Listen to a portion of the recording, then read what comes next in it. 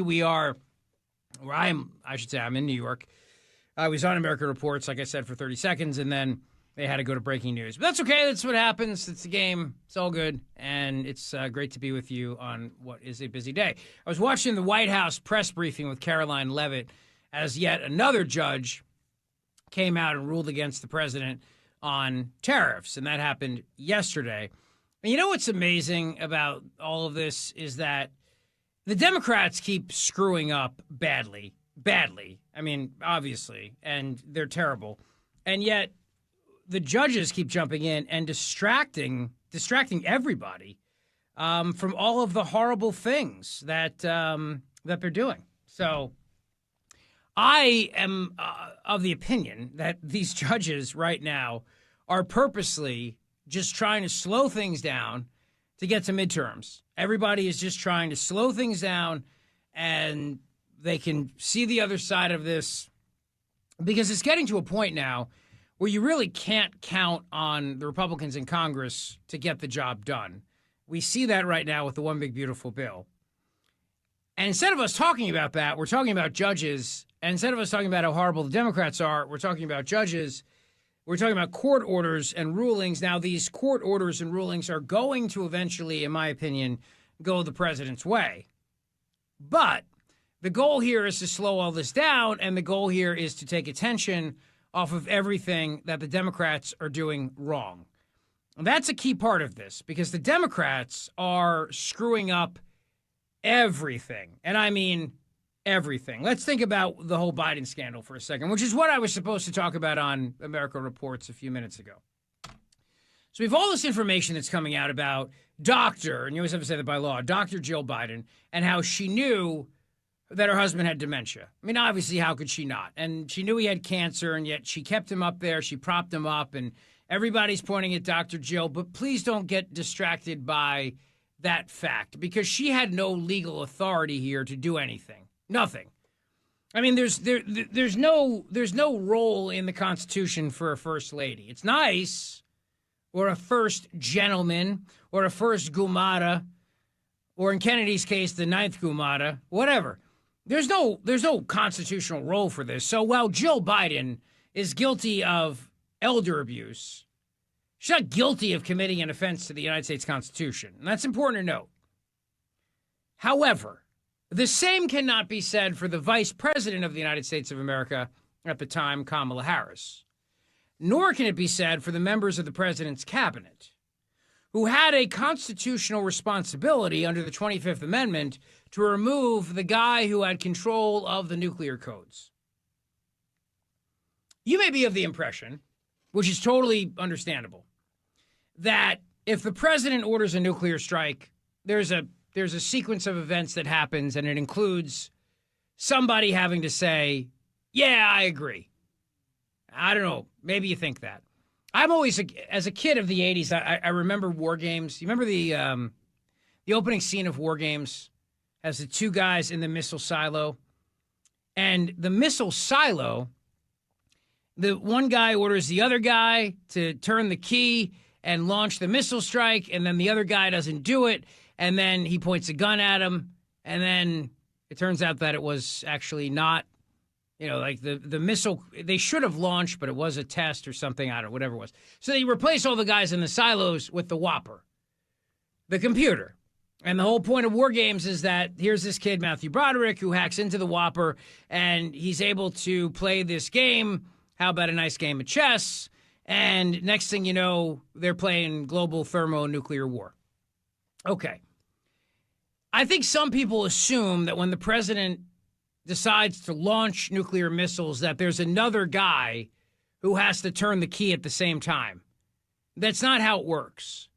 In fact, it's kind of symbolic in that movie in the sense of they take the guys out of the equation of the nuclear missile silo, and they replace them with a computer because the human error aspect of it, the whole point is that these nuclear missiles can travel incredible speeds.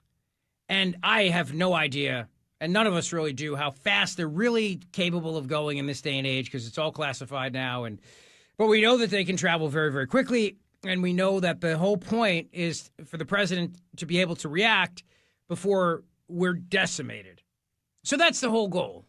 They create this system in the 1950s after we drop bombs on Hiroshima and Nagasaki to figure out, okay, what do we do in the event of global thermonuclear war? And what they figured out was, hey, we don't have time for a vote. We don't have time for a debate. We've got 15 minutes maybe till their missiles hit our missiles and wipe out our ability to do a counterstrike. So we don't have time to debate. We don't have time to get a vote. We don't have time to bring the cabinet in and sit around the room and let everybody, express their feelings. Or we have to make a decision. Because the fear is always that, at the time anyway, the Soviets will launch their entire nuclear missile supply. They'll aim them for our silos, and then we have nothing to hit back with, and then they control the world. So you have to have the president have the ability to say, strike, unload, unleash everything. And what you can't have is somebody who goes, but Mr. President, what if it's not really real? Like, what if it's a game? What if it's a kid playing a game? Now, in war games, they take the president out of it. For the purposes of the drama, of the effect of the movie, the president is not in it. So it's this guy who's in charge of NORAD who ultimately has to make the decision. And that's where the movie, in my opinion, does not live up to the reality of the situation. Because it's the president's call and ultimately the president's call. And I'm pretty sure at the end of the movie, although I haven't seen War Games in a while, he's on the phone and the president's looking to him for advice. And he tells the president, we should stand down. So maybe I'm not giving War Games its proper due, and maybe it is accurate in that sense, and I just have to rewatch it. But you get my point. The guy at NORAD doesn't have the ability to say to the president, no. Nor does the chairman of the Joint Chiefs of Staff, nor does anybody. There was even a case of a soldier in the 1970s who was questioned. He was a high-ranking official, whether or not they could say no to Richard Nixon if Richard Nixon ever launched nuclear missiles. And for that, he was court-martialed, just for even asking the question. So the whole point is that if you're thinking there has to be somebody else, there doesn't. Now, you get into that 2 a.m., 3 a.m. scenario or 3 p.m. scenario. Now, the president of the United States of America decides, I'm going to launch nuclear missiles against Vladimir Putin because I've heard reports that he is launching missiles at us because the president's senile, and he orders a strike, and everybody's looking around going, we know the friggin' guy's senile, what do we do? Those same people might be thinking, but what if he's having one of his lucid moments right now, and we should do this, and other people may be thinking we shouldn't. But the people that are thinking we shouldn't are also probably thinking that they could be destroyed in nuclear Armageddon, or they could be court-martialed if they don't do what the president is ordering them to do. Because, there's always the thing about, president can't give an unlawful command. But launching nukes doesn't have that same ability in the sense of, is this an illegal order or not? Because it can't, because you can't have a debate, because you don't have time to have a debate. There's a great scene in Oppenheimer, and I don't know how historically accurate that scene is, but there's a scene in Oppenheimer where Robert Oppenheimer goes into the Oval Office and meets with Harry Truman. And he says to President Truman that he regrets the fact that we used the nuclear missiles or bombs, I should say, in Japan. And Truman pulls out a handkerchief and waves it at him and accuses Robert Oppenheimer of being a crybaby and says, you didn't make the decision to use these missiles or use these bombs. I did. I made this decision. Not you. I did. And he kicks him out of the Oval Office. Point being, you had a president who was senile. And the only guy who could launch nuclear missiles and make that decision with no ability lawfully for anybody to override him. And they kept him in charge as the commander-in-chief of the United States military the entire time. And I don't think we're paying enough attention to that. I don't think we're having enough conversations about that. You see, when Donald Trump was president, PBS with Judy Woodruff back then did a whole thing about this because they were all scared to death that Trump was going to lose his mind over a tweet and decide to launch nuclear missiles. I mean, Hillary Clinton ran on this. Hillary Clinton actually had, when she was running for president in 2016, I remember this commercial. She had a guy who was in one of the missile silos. That was his job. He worked for the Air Force, and he was one of the guys. And he was saying how Donald Trump is a threat. He's going to wind up causing global nuclear war, and we cannot rely on him, and he can't be president.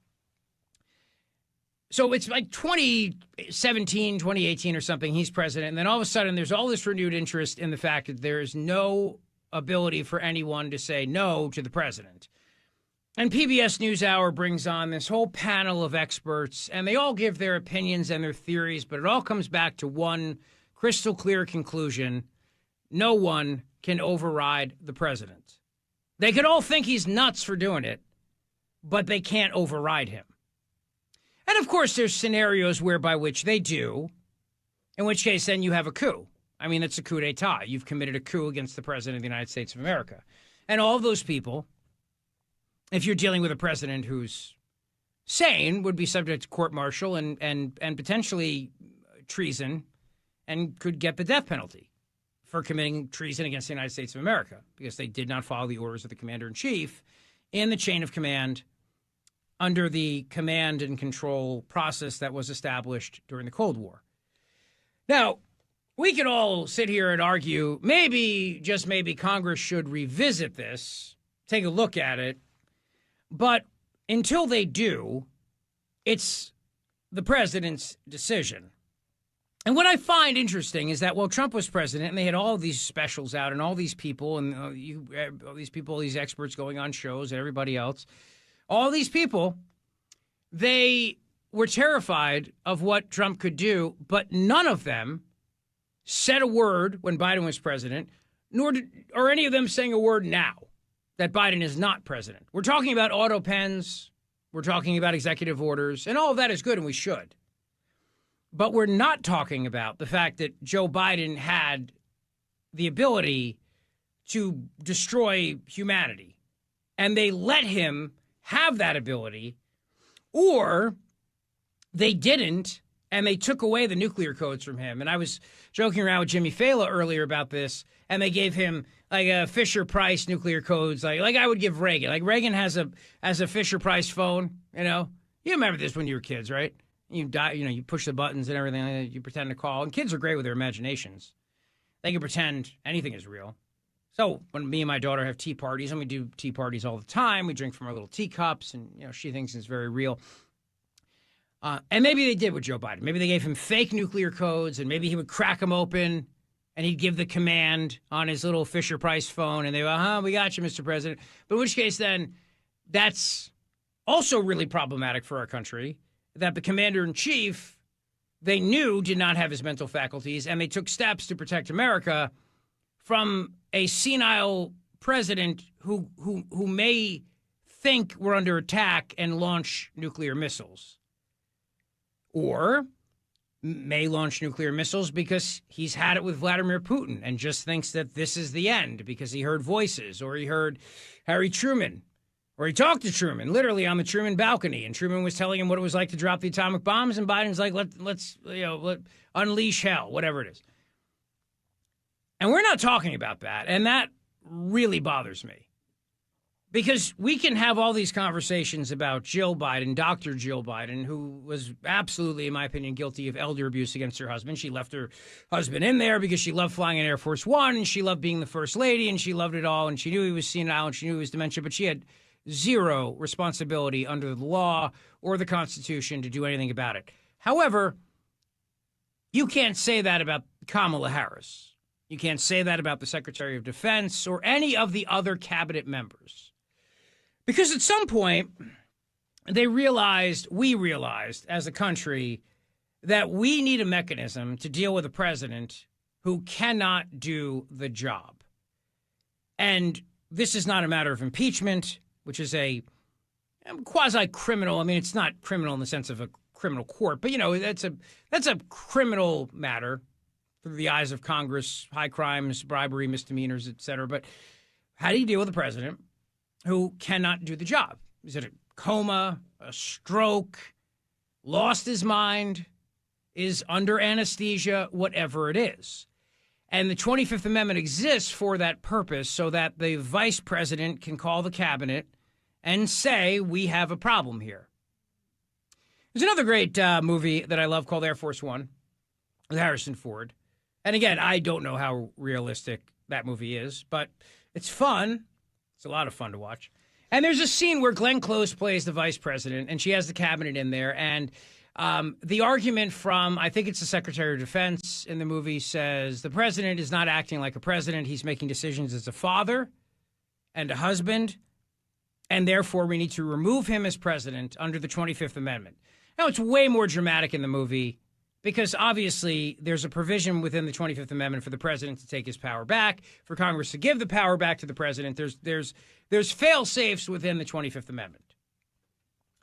But the movie is Hollywood. It's dramatic, and it ends with Harrison Ford obviously kicking the bad Secret Service agent who was the terrorist off the plane. And, you know, the famous line, "Get off my plane." And then the pilot saying that whatever the plane was has a new call sign. The call sign is now Air Force One because now the president is on the plane that they sent to rescue him. And whatever plane the president's on is Air Force One. And so she rips up the paper, the vote of the cabinet to invoke the 25th Amendment against the president. And it's a big Hollywood ending and everybody's happy and, you know. But in real life, there's questions about when the president has to go and have serious surgery. So we all remember when President Reagan was shot. We remember that Vice President George H.W. Bush was on Air Force One. We remember the famous issue with Alexander Haig coming to the White House podium and saying that he was in charge. And there was this whole question about who is in charge. Is it the vice president? Because they had not invoked the 25th Amendment after the president was shot. He was obviously getting major surgery and had to be under serious anesthesia because you can't operate on a man who's just been shot without anesthesia. That would be just very, very cruel. They didn't really know, and there were all these opinions back and forth. The attorney general gets involved, and the point being, though, that was a couple of hours. That was one day. Reagan was shot. One day he's under anesthesia. He's getting surgery. But at that moment, they realized we have to figure out this process because we need to be able to have a system in place for if the president is unreachable, if the president is incapacitated, and we don't have time to bring the cabinet together and do the 25th Amendment and do the whole process. So who becomes in charge? Who takes the command authority? And this became an issue during 9/11, obviously. With Joe Biden, they had plenty of time. They had all the time in the world. They had years. They had months.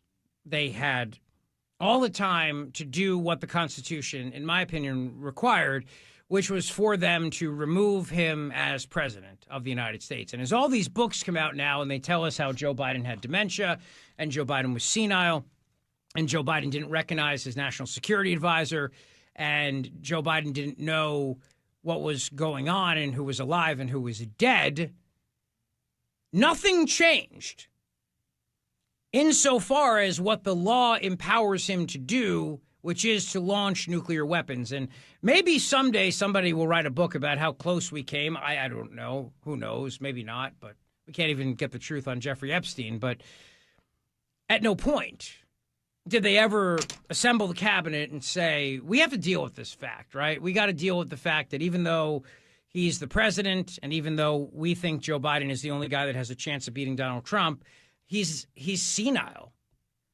And he's the commander-in-chief. And what happens if something goes wrong and this guy's got to make a decision?